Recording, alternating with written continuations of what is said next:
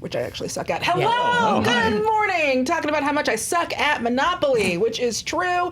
Welcome to another episode of SJU. I am Danielle Radford. Hello, hi, nice to meet you. I have got a fine panel of folks here that I love to death. I have got me a Vanessa Gritton. Hi. Hello. I've got me a Spencer Gilbert. Yeah. Yeah. And I've got me a Dan Murrell. Hi, Dan. You got to build hotels. That's the key. You got to collect rent and build hotels. It wasn't until I was an adult that I learned that's how I should be playing the whole time. I just bought everything. No, you got to put the hotel. Yeah. See? That's how you should also have to live life. If you get money, buy an apartment building. It's true. Gentrify Baltic Avenue. Yeah. Is that one of the good? I don't remember. Keep Atlantic Avenue weird, man. Yeah. That's great. So we have got some good stories today. It's a real businessy day. I'm very excited about that. We're going to talk about Taika tackling Flash Gordon. We're going to talk about Joe Silver leaving Silver, which I don't know how he can do that.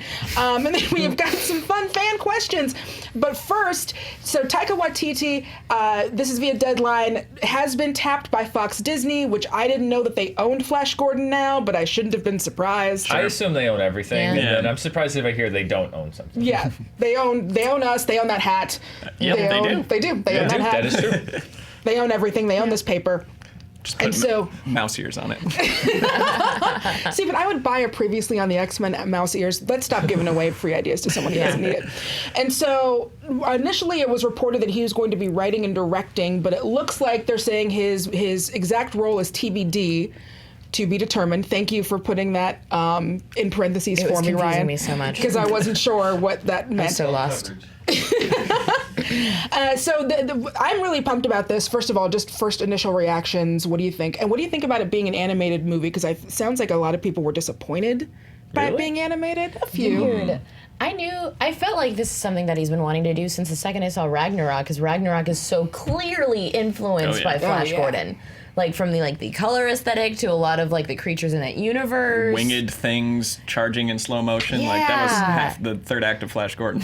Yeah. Here comes the Birdman. I don't remember. I saw it a while ago. Yeah, I saw it a Eagle while guy. ago too. What was his name? Oh. They're like Prince Spartan beard and wing suit. I'm not gonna lie. I mostly just remember the soundtrack. Sure. I remember a lot of the soundtrack. I remember a lot of the visuals. I remember a lot of the villain Ming. Just because Ming the Merciless. Ming yes. the Merciless. Yeah, Max von Sydow, right? Yeah, Von Sydow. I love me an alliteration name villain. Yes. And Flash Gordon is very much a alliteration name villain. The original kind of Mandarin. movie. Yeah. It's a great fit. Because look, I wish Roth was here because she has like a love for that movie that borders. She did. Reminds me, she did want me to insane. remind you that the first thing that she ever did here was a show in which you both argued about Flash We debated Gordon. Flash Gordon, and I think it is an amazing piece of kitsch, of cheese, which has actually, in a weird way, been inspirational and formed a lot of people's like aesthetic preferences and their movie preferences.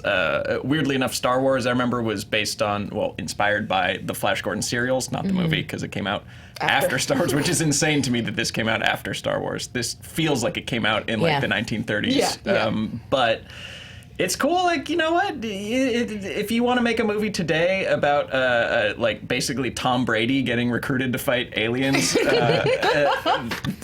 great. I think Taika's the right choice because it's so insane and like no one will take it seriously anymore. Yeah. But it doesn't have to. It's fun. Yeah. What do you think? I mean, it almost seems too easy. It's like, oh yeah, no, that makes sense. It's too good. Yeah. It's like, yeah, that definitely makes sense. But I mean, I love that he comes his perspective is he takes things and still skews them in a weird and interesting way. I actually, strangely, just last week when I was away, watched Thor Ragnarok with my mom, who had never seen it and liked it, even though she kept asking. She was just like after the movie, she's like, is Loki good or bad? Well, Mom, that's the mystery. That's the mystery of Loki. That's why we love him. That's the mystery of Loki. But that's what I loved is that he so obviously took a beloved character, but took him in a way that was interesting and engaging to people, and I think informed really the future of that character as it goes on. Obviously, he didn't do everything on that movie. Yeah. Right. So yeah, I whatever he's doing, I'm interested. Sign me up. I'll take a look. I'll give it a peek. You give it a little look-see. I'll give it a look-see. Yeah. I feel like he's one of those people that has this perfect marriage of taking something so seriously yet not at all at the same time. Because he never approaches something like, this is ridiculous and the audience knows it's ridiculous and let me like laugh with the audience like a prom king comedy type of thing where it's like, oh, isn't this ridiculous?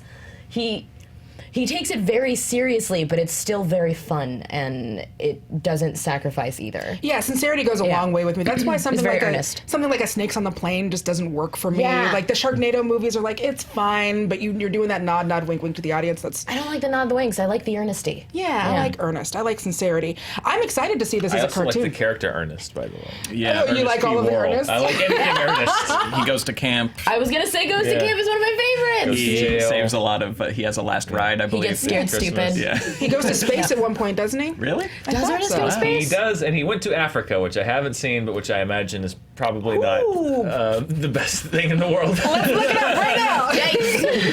Oh, Vern. I'm not even, Don't finish that sentence. Just let me duck under the table before you do. You ever watch an idea just get nuked out of orbit before it even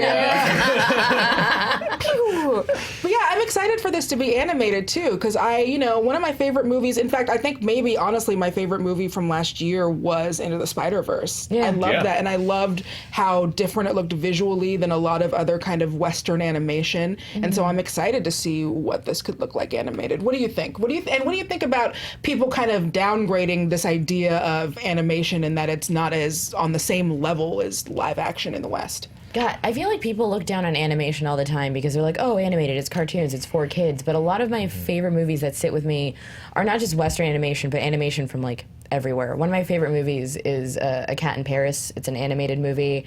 It's a style that I've never really seen anymore, but when you look at it, you're like, that feels Parisian. What is this cat doing in Paris? It's basically the story of a jewel heist as led by a cat. Like a street cat, and it has this tie-in between like a jewel thief and like the story of this little girl that doesn't talk.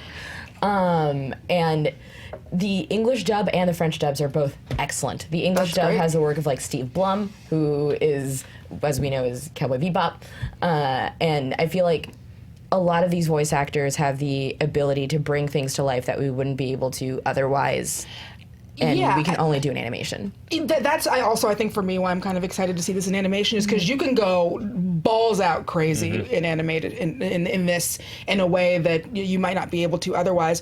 Would you prefer it to be live action, or are you psyched? It's whatever it should be, really. Yeah. If the vision is something that lends itself to animation, like people call it, and I'm sure I've done it before. Like they call it a genre.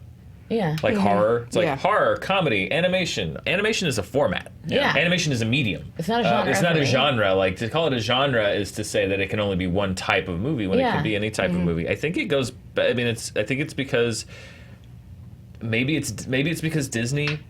The U.S. and animation. Yeah. Early animation in the U.S. was largely driven by Disney, and Disney, I guess, largely aimed their movies progressively more towards kids. So it got although Fantasia is not a kids movie. No, Especially the early Disney movies are like experimental. A lot of them.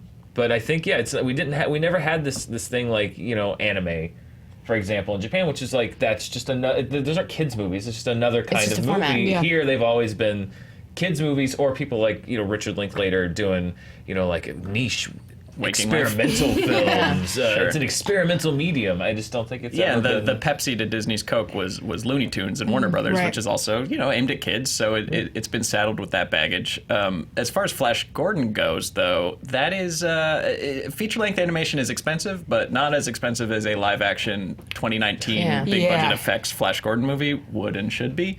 So I get it. They don't want to throw $200 million into making photorealistic Birdmen, or I think animation is the right way to go unless you want to make Taika Waititi do this on a shoestring budget live action, which I think just does not work. Well, Flash Gordon, part of what I enjoyed about it was like, wow, you can basically see the wires of the bird guys. Like, I love that you can see the wires. Yeah, like that's kind of the charm. So a low budget, kind of like his shorts with like Thor and Daryl, like make a stripped down version of Flash Gordon in some backlot in like Robert Rodriguez's like ranch or something. Just making things out of cardboard. Yeah, that'd have a certain charm to it that would recapture the original, but if not, just animate it.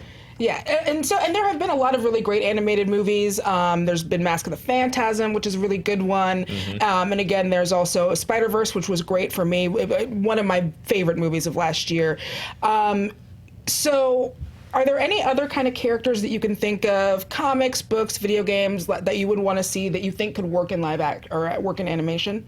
I just got finished reading Pet Sematary, which I hadn't read because I saw the remake, and I was like, I've never read Pet Sematary. And I really think that the thing that I've noted, because I haven't read a lot of Stephen King, but I've read a lot of the big ones, The Shining and Pet Sematary. The Green Mile was a different kind of, like, his horror work is,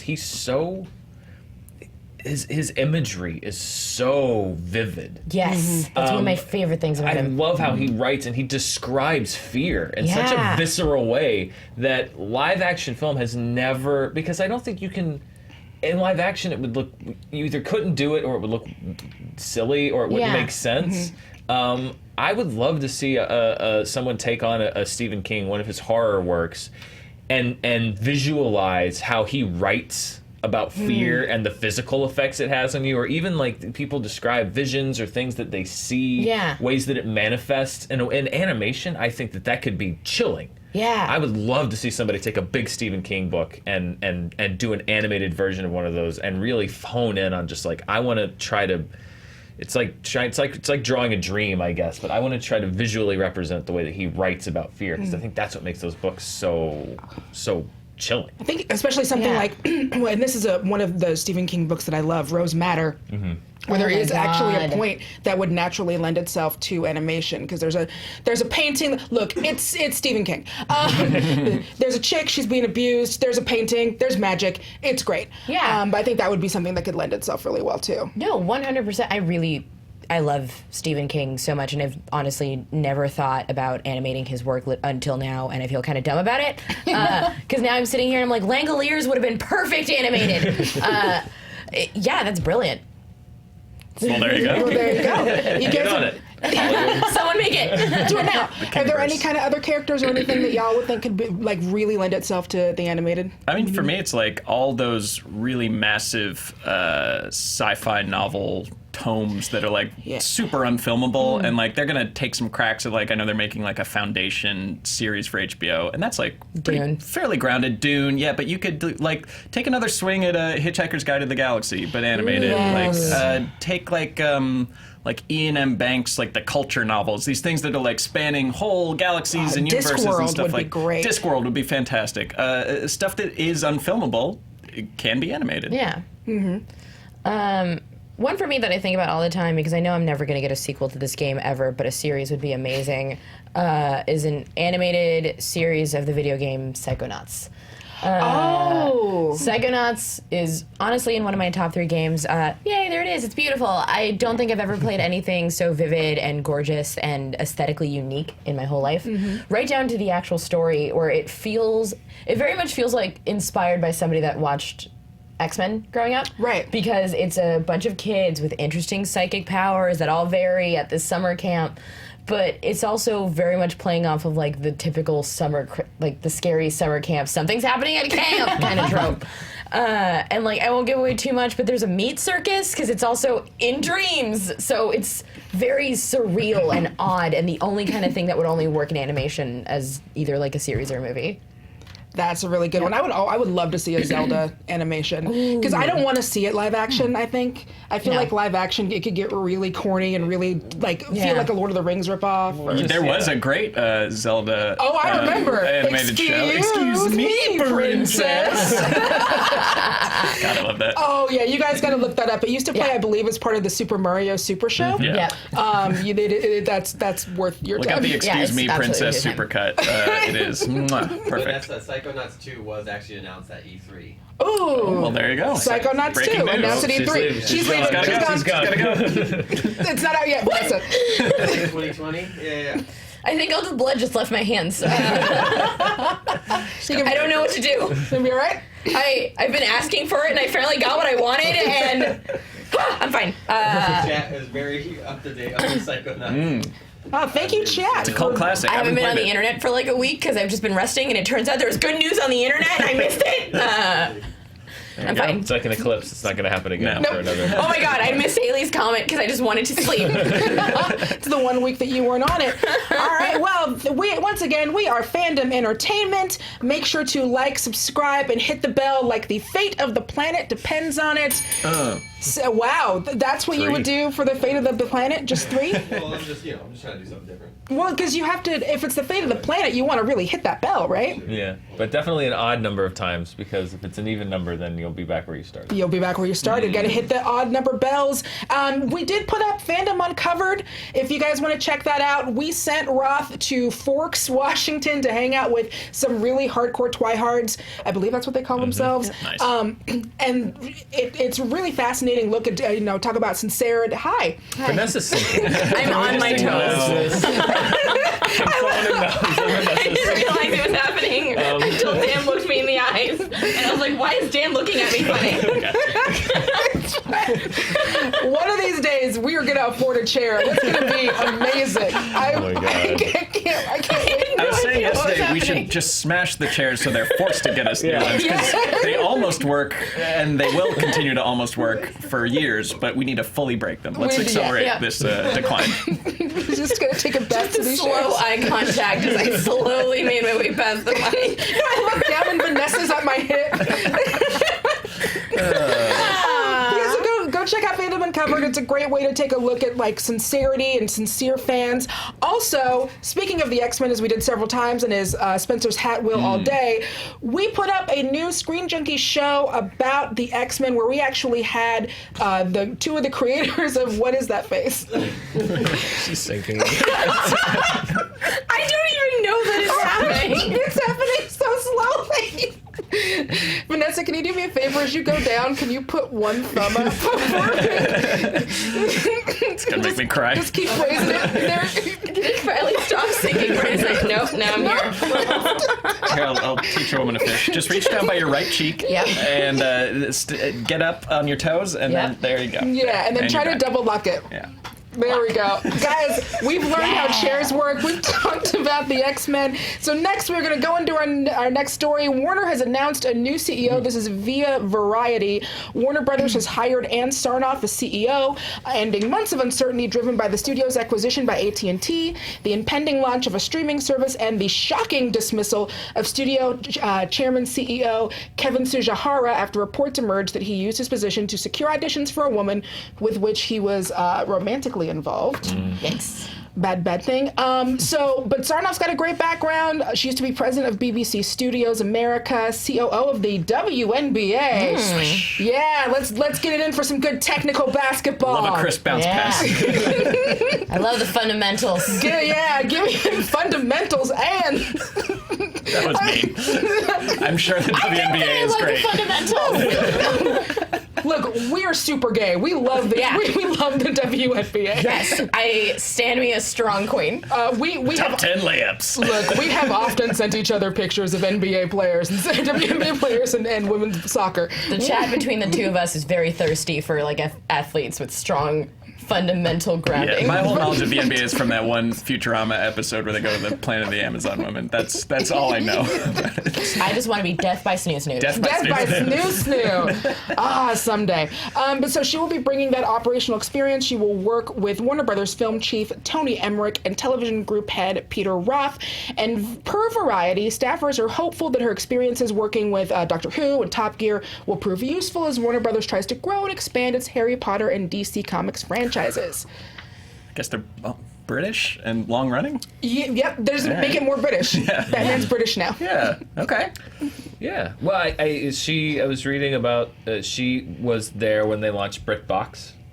which I'm sure was a great thing on her resume, because it sounds like a large portion of her time is going to be launching the streaming service next year. So, yeah, I from what I've read, I mean, she seems like she's done a lot of good at a lot of places. She seems more of a business-oriented executive, which is good if you're talking strategically, and hopefully that means that they will have their creative department doing things and doing the things, and the business executives will be handling the business of it.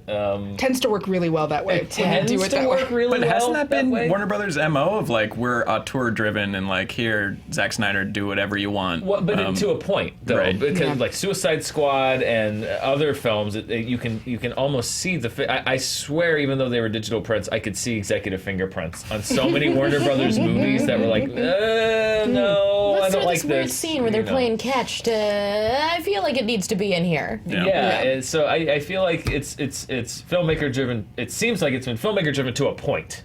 And then Warner Brothers is like, well, hang on, we got to do some. I hope this means that it's just like, we have strategy, we have business, this is the executive level and then creative level, and there's always some interaction between the two. Right. But from a business standpoint, it sounds like a really good hire. I was reading that her grandfather was David Sarnoff, who like founded NBC. So, what? Wow. Yeah, it runs in the blood. It runs in the blood, which is good. But yeah, it seems like they were looking for somebody with a very strong business executive background that had launched initiatives, that had launched streaming services. BritBox is one of the earlier ones. It's still around unless it closed down. BritBox, the honest trailers for Doctor Who, brought to you by BritBox, because that's the only way we can find most of those episodes. The old ones, in one place. So for their strategy, does not seem to be closed down. That's good. There's a lot of good stuff on BritBox. Yeah. For what they need to do strategically as a business, it seems like a good hire to me. Great. Yeah, it seems that it's kind of a telegraphing their priorities, which is streaming, which is everyone's priorities right I guess so, and we don't know how much the market can bear, and we don't know what Warner Brothers has in mind. I think if you bundle literally everything from DC, that DC thing, fold in HBO, all their movies and TV, then you have something approaching like an attractive proposition for my $7 a month. I don't know. It's going to be really hard to break in because they're going to be last to the party, it sounds like. But she seems like as good a person as any to lead them there. Yep. So we know that last year DCEU had some problems getting off the ground. Last year, Lego Movie 2 and Fantastic Beasts 2 wound up underperforming. Do we think that now, like, this new surge of leadership will kind of help bring in some new energy, kind of get some of these properties back on track? Maybe. I mean, look what happened with Swamp Thing, which was that sounded like an executive decision was made, really before much of a the critical reaction was in a little bit, but essentially that show's fate was sealed long before by the first episode. By the first episode, and James Wan, I know, weighed in. It was just like, I have no clue why that happened. So I do hope that it's, from what I've read, some sources have said that they felt like they were a little bit adrift. Yeah. Because when you have a vacuum up at the top, that's what happens. So I hope that this means that things get a little more streamlined and get a little bit more on the same page. That'd be nice. It's certainly how you want a business to run. Yeah, it is nice when things just work. What do you think, Vanessa? Do you think things are good when they just work? I mean, I love something when a chair is just a chair. That's why I turned to you. As a chair at one height. When it's set at one height. When a business is just when it just works. No. One of the things I've been thinking about while I've just been staring at this is I feel like everything Warner's been doing for the last few years has been almost like what you've been said, overproduced, too many executive hands. It says and it claims to be more hands off, but it hasn't shown that to me. Everything feels like it's been an executive not trusting a franchise or an IP to do well on its own, and both adding too much towards the end or making a lot of moves that they insist on that end up killing the property. Right. Because that's what I got out of Fantastic Beasts, too. Fantastic Beasts 2 could have been good, but even some of the casting choices felt very much like, this will not survive unless we add this. And I feel like it's just one of those start from scratch, start with someone who, I like that you mentioned Doctor Who and Top Gear, where the two of them work because of how hands-off they've been. Yeah. How much they've just trusted the teams to execute it, and I want to see that happen now. And it seems like they're moving more toward that lately. Aquaman and Yes. Shazam, you could very much tell that was the movie that James Wan and David Sandberg wanted to make. Godzilla, King of the Monsters, even though not probably what they would want box office wise, felt like the movie that the director wanted to make, and for good or ill. So I think that it's a fine line. Yeah. But that's why you need someone. You can't just throw anyone in that job. You need somebody that can toe that line and figure out what's the right balance. To where the director isn't coming in and just doing traffic control. Right. Where it's just, well, this project's already done and I'm basically just here pointing at where you need to go. Yeah, I just say action and then someone else will take care of all the thinking. That's right what Men in now- Black International felt like to me. Yeah, I feel like a lot of Warner Brother properties from the last few years up until as of lately have been very much, you're just getting a director in just to get a name to click in. They're not actually able to do their jobs. So. That's disappointing, but hopefully, wow, what a bummer, you guys. But hopefully, this will again, like you said, this will bring in some that new energy. Yeah, and new energy, get new this life. Less of a bummer.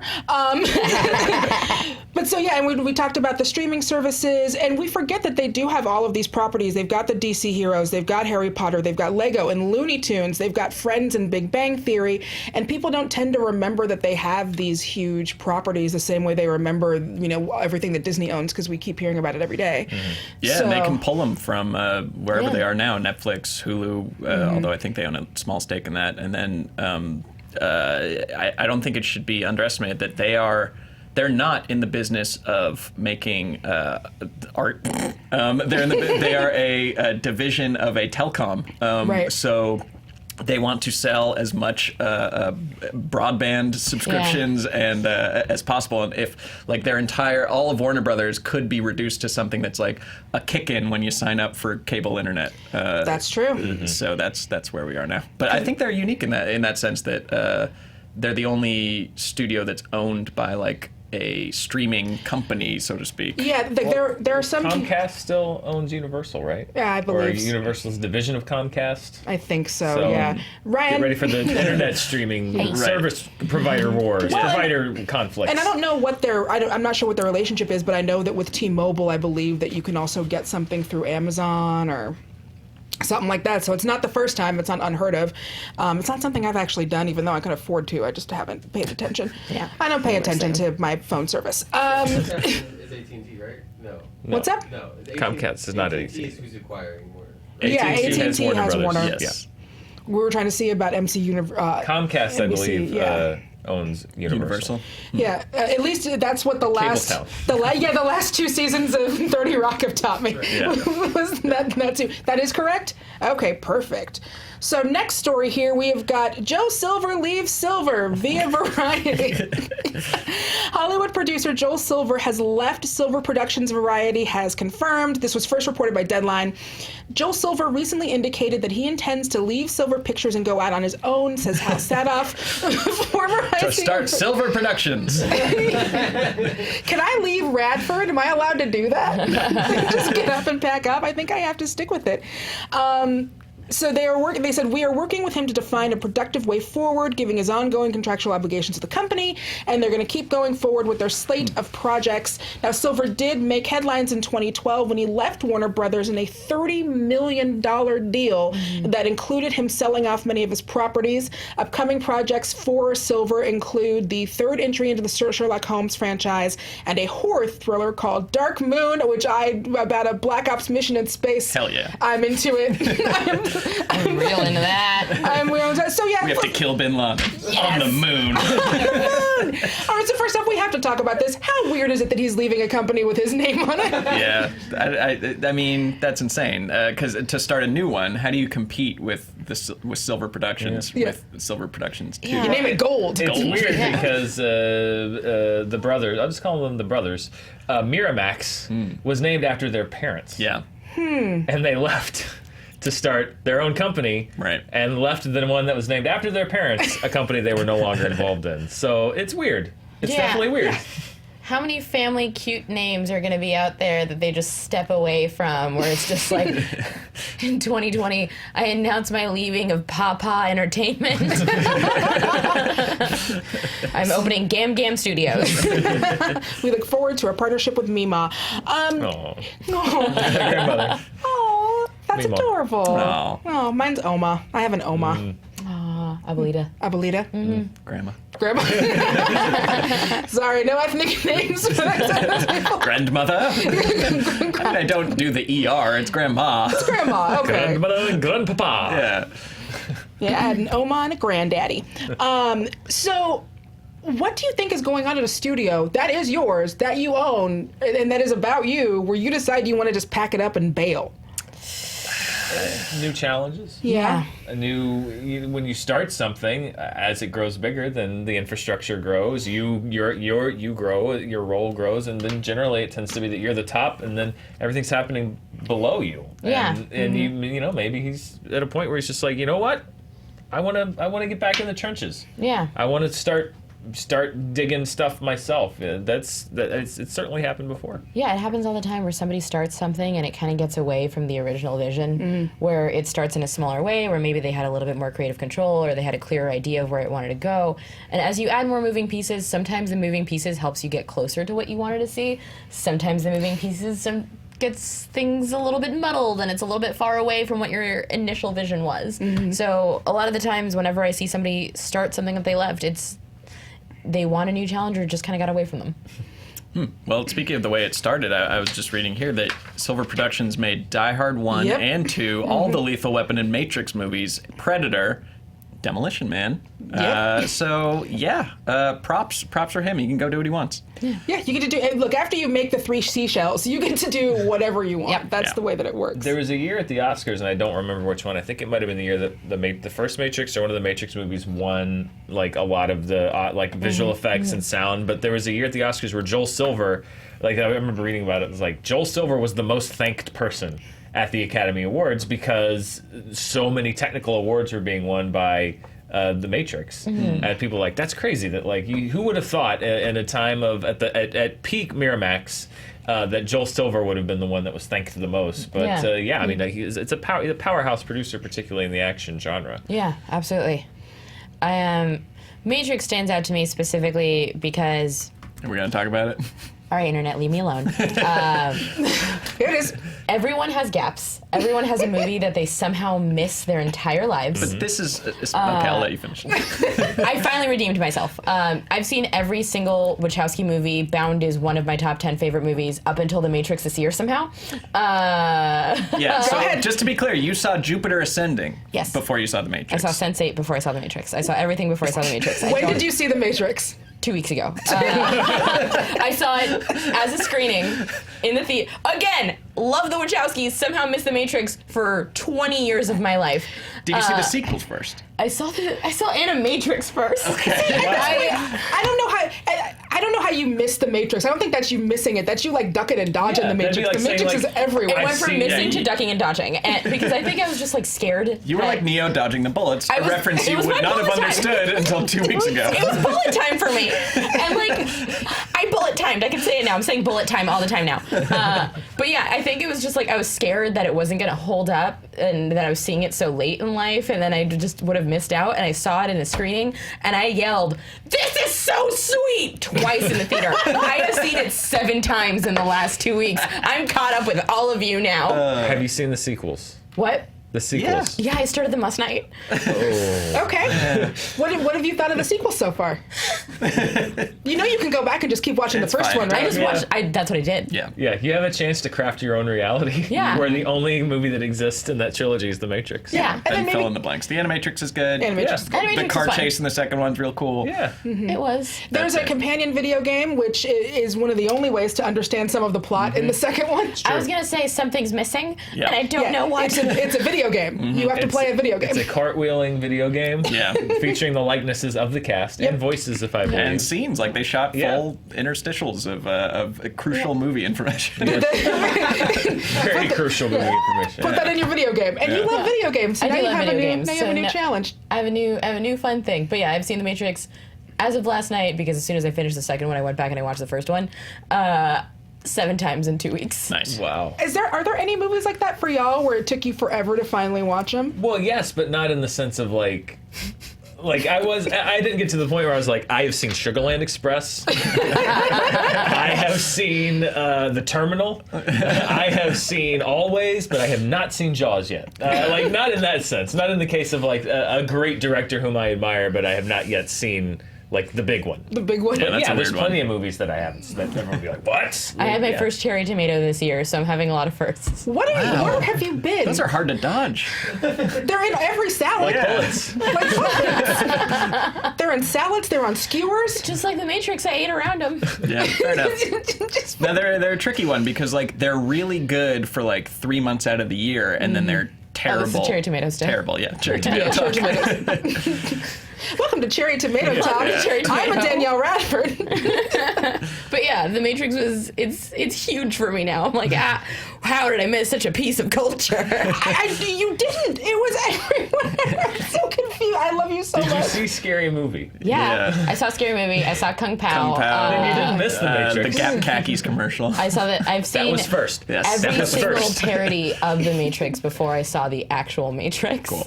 And it made it so much more worth it to me when I got to scream, "There's a Rob Zombie song in this!" Did you scream that during the screening? Into my hands. Yeah. Dracula. Dracula's man. rad. Well, two Yep. things that we have learned. Only go see movies that Vanessa hasn't seen with her for the first time.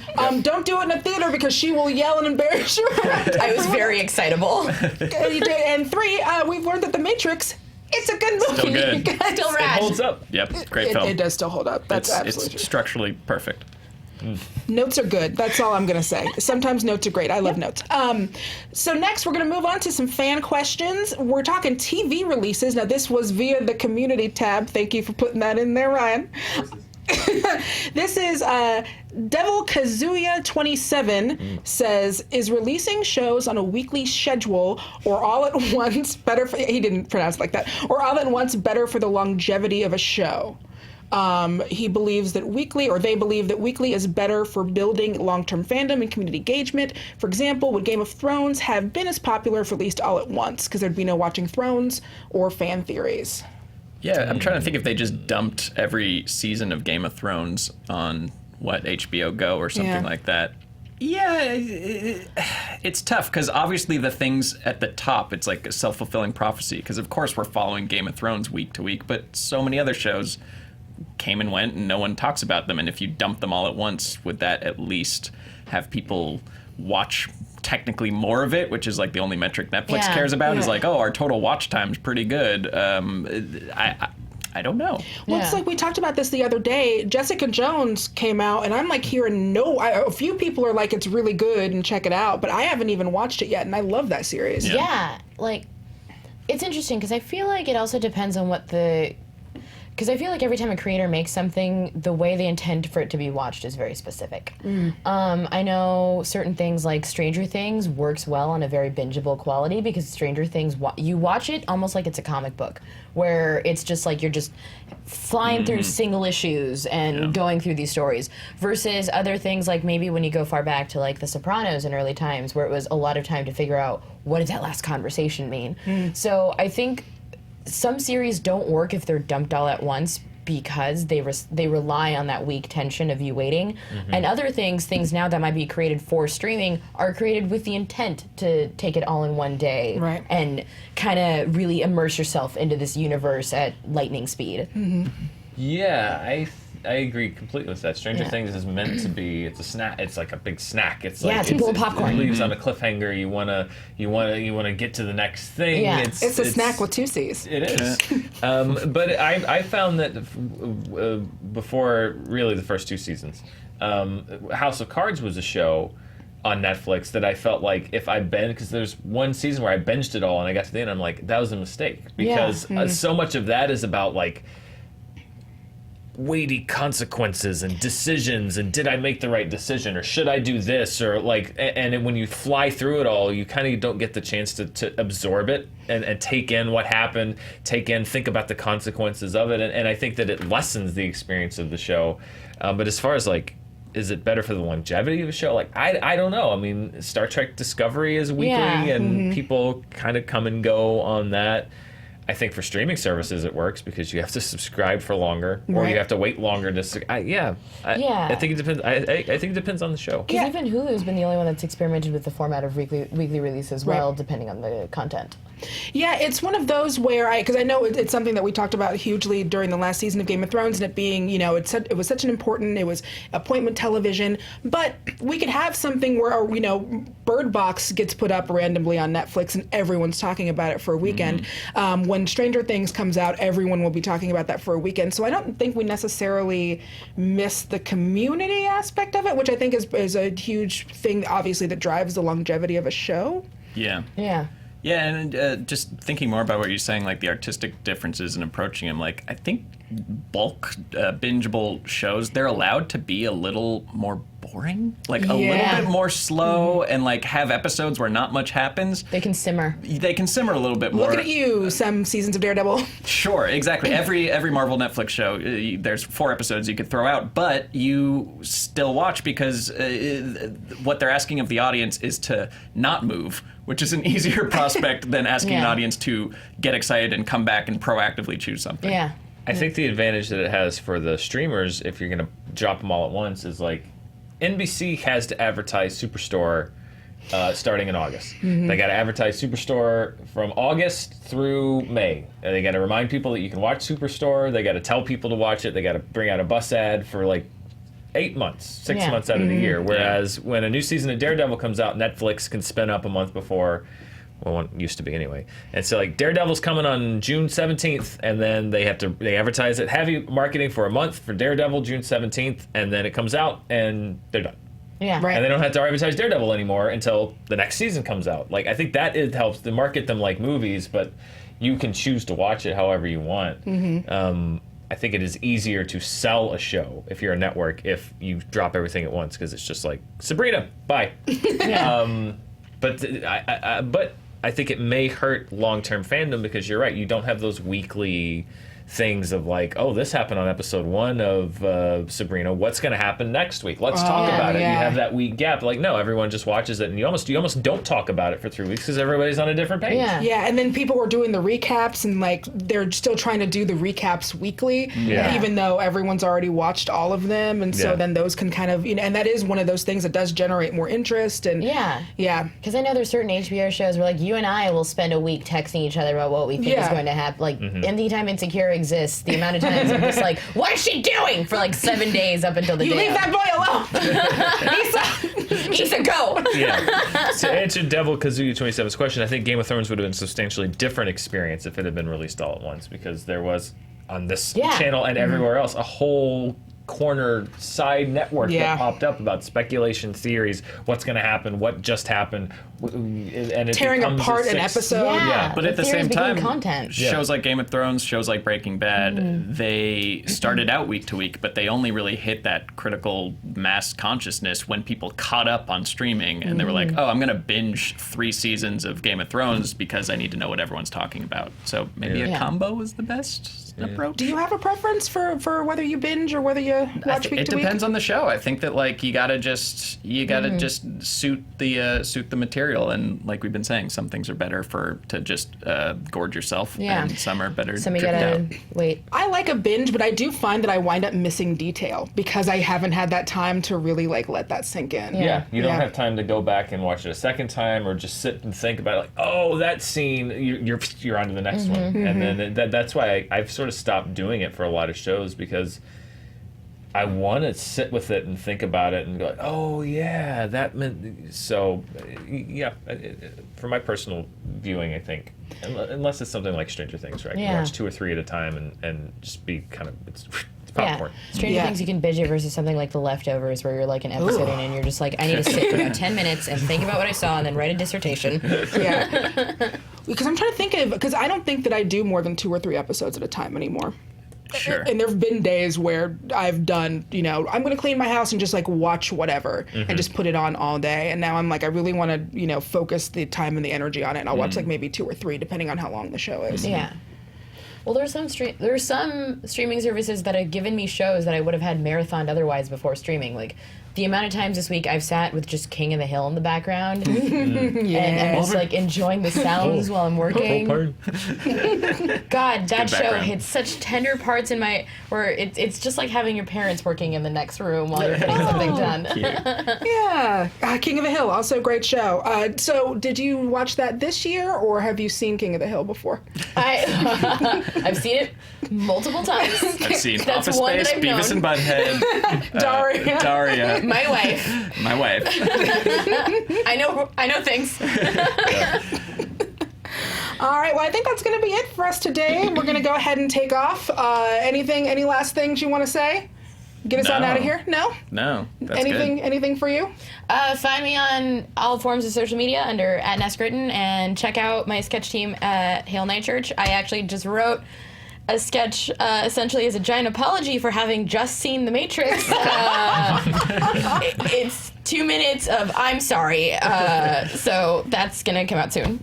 That is very exciting. So we do got some stuff up. You just did charting with Dan. I did charting yesterday. We talked about Toy Story and my disagreement with the assessment of many that it was a disappointment. I did not think so. Apparently, I found out after the show came out, my lip started bleeding in the middle of the show. Oh, no. Nobody told me.